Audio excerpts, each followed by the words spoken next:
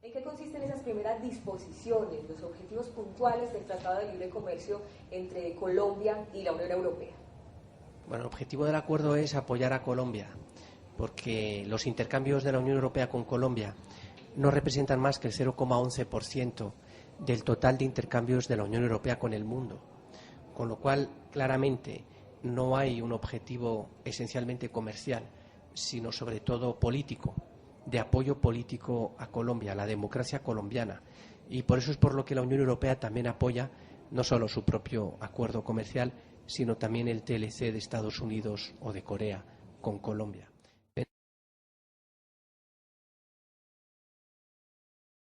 Pensamos que a través de estos acuerdos comerciales se fomenta la exportación y a través de más exportación hay más Producto Interior Bruto, es decir, más renta nacional, y con más renta nacional hay más capacidad de distribución de la renta y con más redistribución de la renta hay más cohesión social. Y se atiende así una de las causas del conflicto, que es la falta de reparto igual del ingreso, la falta de cohesión social.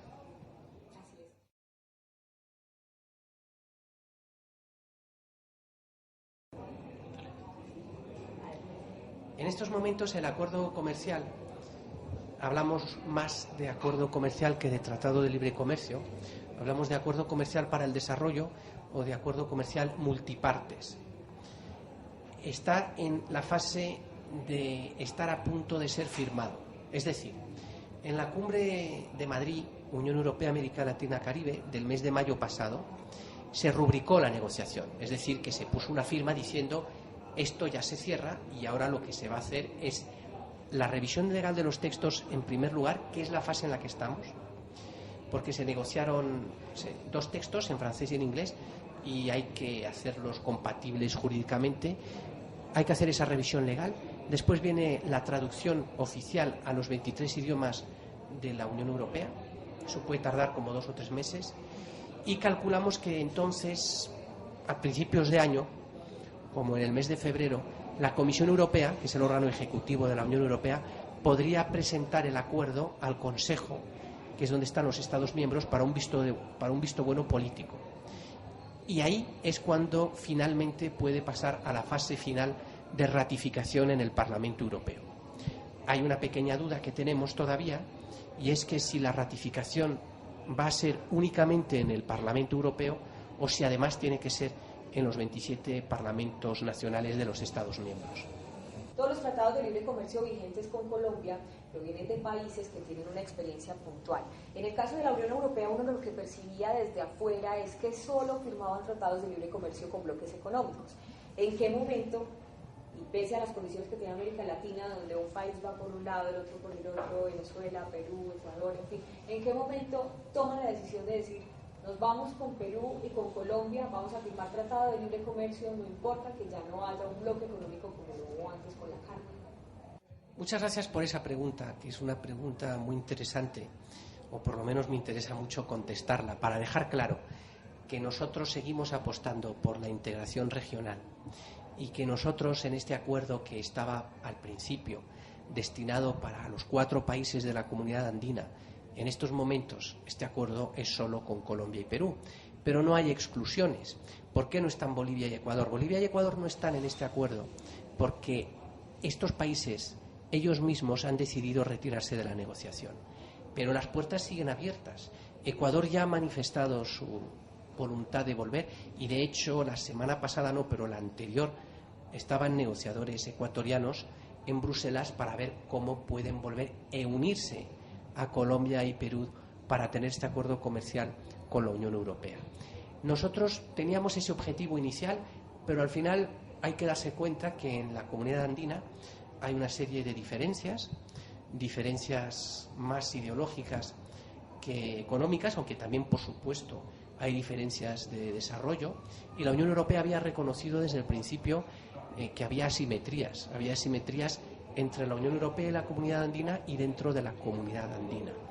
Por tanto, nosotros seguimos apostando por esta integración, pero en un momento dado tuvimos que darnos cuenta que no podíamos penalizar a los países que querían ir más rápido, como Colombia y Perú, y que había que darles la oportunidad de avanzar, y que esto al final iba a ser un aliciente a los demás para unirse. Es un poco el mismo modelo que la Unión Europea. Al principio los británicos no se unieron a nosotros. Y como decía uno de los padres de la integración europea, Jean Monnet, no os preocupéis con los británicos, con vuestro éxito los atraeréis. Y así, en 1957 no estaban en lo que era la Comunidad Económica Europea, pero en 1973 se unieron. Nosotros pensamos que con Ecuador y con Bolivia ocurrirá lo mismo. Al ver que el tratado está generando beneficios serios y de empleo también, Ecuador y Bolivia se acabarán uniendo. Y desde luego es nuestro mayor deseo, que Bolivia y Ecuador se unan. Todo tratado de libre comercio tiene opositores. ¿Cómo ha manejado la Unión Europea el tema de los opositores al tratado de libre comercio con Colombia y cuáles han sido esos sectores que más se han pronunciado en contra? Opositores hay siempre, pero a veces son opositores más ideológicos que técnicos, o son opositores que no están tan bien informados como podrían estarlo. Pero eso es quizás culpa de nosotros, europeos y colombianos, que no hemos divulgado lo suficiente este acuerdo. Opositores en Colombia esencialmente están en el sector lechero y algunas ONGs de derechos humanos que creen que para mejorar la situación de los derechos humanos hay que aislar a Colombia. Nosotros pensamos que es exactamente al contrario. Hay que apoyar a Colombia cada vez más y hay que acompañar a Colombia dándole una serie de anclajes, de instrumentos como un acuerdo comercial como el de la Unión Europea, que tiene una cláusula de derechos humanos y que es un aliciente más para el gobierno colombiano para mejorar esta situación, que ya viene mejorando desde hace varios años. En el caso de tractores más técnicos, digamos, en el sector lechero se han presentado muchas oposiciones, pero en realidad es todo muy exagerado, porque, por ejemplo, la cuota de leche en polvo que nos han dado, lo que nos permiten exportar aquí en un año, es lo que produce Colombia en un día. Y por otro lado, la desgravación efectiva es aquí de 29 años para nosotros. Y en 29 años yo creo que hay mucho tiempo para hacer las reformas necesarias. Esto no hay que dramatizarlo. También pasó en España cuando ingresamos en las entonces comunidades europeas. Había sectores que se resistían porque eran sectores protegidos. Pero al final, manejando estos periodos transitorios, se pueden hacer las reformas necesarias. En cualquier caso, la UNUDI, la Organización de Naciones Unidas para el Desarrollo Industrial, ha dicho claramente que estos acuerdos comerciales lo que permiten es hacer reformas que de todas maneras son necesarias. Es decir, son acuerdos para hacer reformas antes, para hacer reformas a tiempo, reformas que en cualquier caso hay que hacer. Y que si no se hacen a tiempo, llegará el momento de hacerlas, pero se harán de una manera mucho peor y con mayores repercusiones, ¿no? De manera mucho más traumática. Señor Fournier, ¿cuáles son las principales ventajas de este tratado de libre comercio entre la Unión Europea y Colombia? Para Colombia las ventajas son claras, y es que Colombia va a convertir en unas preferencias comerciales que tiene ahora de acceso privilegiado al mercado europeo, al mercado de la Unión Europea, que es ni más ni menos que la mayor zona comercial del mundo. Colombia va a convertir este acceso privilegiado que ya tiene, en virtud de lo que se llama el sistema de preferencias generalizadas, o SPG+, va a convertir estas preferencias en permanentes y en preferencias mucho más amplias, que se aplican no solo a los productos que ya tienen arancel cero, como por ejemplo el carbón, que es su mayor producto de exportación a la Unión Europea, sino que también va a tener preferencias arancelarias en otros productos que hasta ahora tenían un arancel muy alto, como por ejemplo el banano. En virtud de este acuerdo, y además en Antioquia el banano es muy importante, en el Urabá antioqueño, en virtud de este acuerdo comercial el arancel del banano va a pasar de 176 euros por tonelada que está ahora a 75 euros por tonelada en un plazo de 10 años, que es un arancel mucho más favorable, mucho mejor que el que han conseguido otros países iberoamericanos sin acuerdo comercial bilateral con la Unión Europea, sino simplemente por el acuerdo que se ha conseguido en el marco de la OMC, la Organización Mundial del Comercio, donde se ha rebajado el arancel de 176 euros a 114. Que duda cabe que 75 euros es un arancel mucho mejor que 114, que es lo que tiene, por ejemplo, ahora Ecuador, que todavía no está en el acuerdo que tienen Colombia y Perú con la Unión Europea.